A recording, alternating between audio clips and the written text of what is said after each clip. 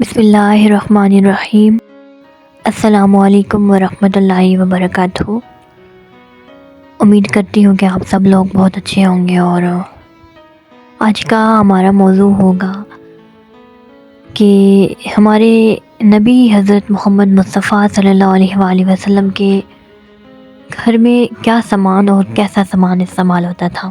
تو آئیے آج کی ویڈیو کی جانب چلتے ہیں کہ ام المومنین حضرت عائشہ صدیقہ رضی اللہ عنہا سے مروی ہے کہ سرکار دو عالم صلی اللہ علیہ وآلہ وسلم سفر اور حضر میں ان 5 چیزوں کو نظر انداز نہیں فرمایا کرتے تھے۔ وہ 5 چیزیں، ان میں آئینہ، سرما دانی، کنگھی اور تیل اور مسواک۔ حضرت ام المومنین فرماتی ہیں کہ جب حضور علیہ الصلوۃ والسلام سفر کا ارادہ فرمایا کرتے تو میں یہ چیزیں تیار کر کے حضور علیہ الصلوۃ والسلام کے سامان میں رکھواتی: خوشبودار تیل، کنگھی، آئینہ، کینچی، سرما دانی اور مسواک۔ اور اس کے بارے میں حضرت انس رضی اللہ عنہ فرماتے ہیں کہ رسول اللہ صلی اللہ علیہ وآلہ وسلم جب رات کے وقت بستر پر استراحت فرماتے تو اس سے پہلے مسواک کرتے، وضو فرماتے اور بالوں میں کنگھی کرتے۔ حضور علیہ الصلوۃ والسلام کی کنگھی ہاتھی دانت کی تھی، جس سے حضور علیہ الصلوۃ والسلام اپنے بالوں کو درست کیا کرتے۔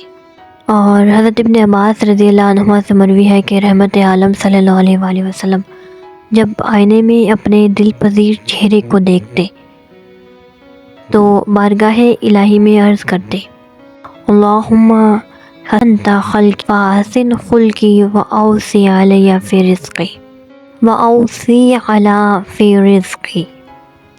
اے اللہ، تو نے میری ظاہری صورت کو حسین بنایا ہے، الہی میرے اخلاق کو بھی حسین بنا دے اور میرا رزق میرے لیے وسیع فرما دے۔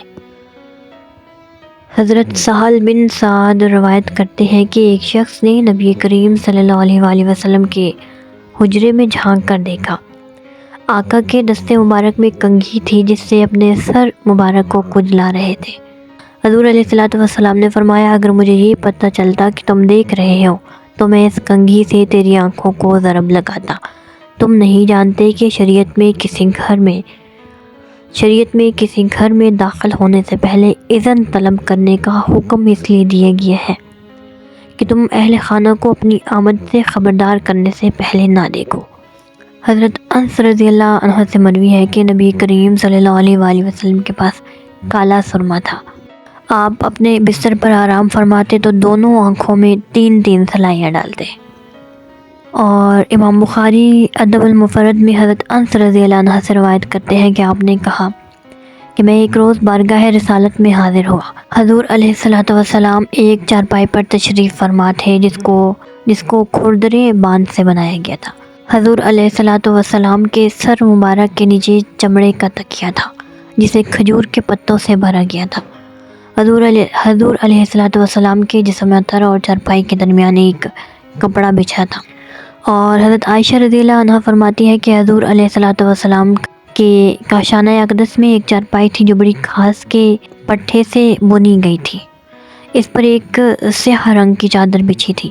حضرت فاروق اعظم رضی اللہ عنہ سے مروی ہے کہ ان کے پاس رحمت عالم صلی اللہ علیہ وآلہ وسلم کے تبرکات میں سے ایک چارپائی، حضور علیہ الصلوۃ والسلام کا عصا اور آپ کا پیالہ، ایک تکیہ جس کو کھجور کے پتوں سے بھرا ہوا تھا، ایک چادر اور ایک کجاوا تھا۔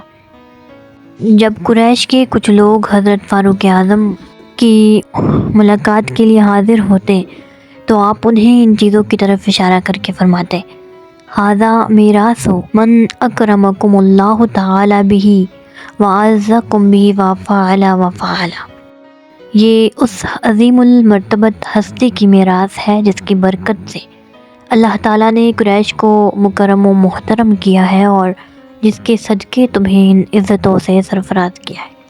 حضرت ابو رفاع العدوی رضی اللہ عنہ فرماتے ہیں کہ حضور علیہ الصلوۃ والسلام کی خدمت میں ایک کرسی پیش کی گئی۔ میرا خیال ہے کہ اس کے پائے لوہے کے تھے۔ امام احمد کی رائے ہے کہ پائے لکڑی کے تھے، لیکن ان پر سیاہ رنگ کر دیا گیا تھا جس کی وجہ سے یہ غلط فہمی ہوئی۔ حضور علیہ الصلوۃ والسلام اس پر بیٹھ گئے اور مجھے وہ علم سکھانا شروع کیا جو اللہ تعالیٰ نے اپنے حبیب کو عطا فرمایا۔ علامہ بلازری حضرت سریقہ سے روایت کرتے ہیں کہ قریش مکہ سونے کے لیے چارپائیاں استعمال کرتے تھے۔ جب رحمت عالم صلی اللہ علیہ وآلہ وسلم مدینہ منورہ تشریف لائے تو حضور علیہ الصلوۃ والسلام حضرت ابو ایوب انصاری کے ہاں اقامت گزی ہوئے۔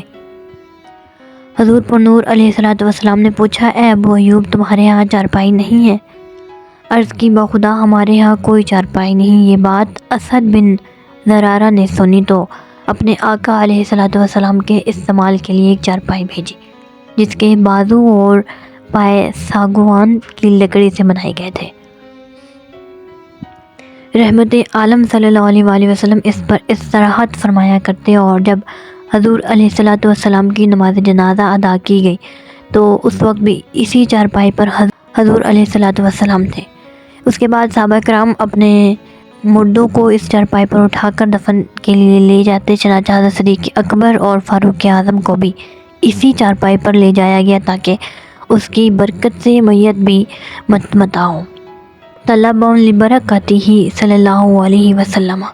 تو دوستو اس ویڈیو کو میں یہیں پر اینڈ کرتی ہوں، اور اس کے متعلق انشاءاللہ نیکسٹ ویڈیو میں مزید بات کریں گے، اور آئی ہوپ آج کی ویڈیو آپ لوگ کو پسند آئی ہوگی۔ چینل کو سبسکرائب کرنا مت بھولیے گا۔ تھینک یو سو مچ۔ اللہ حافظ۔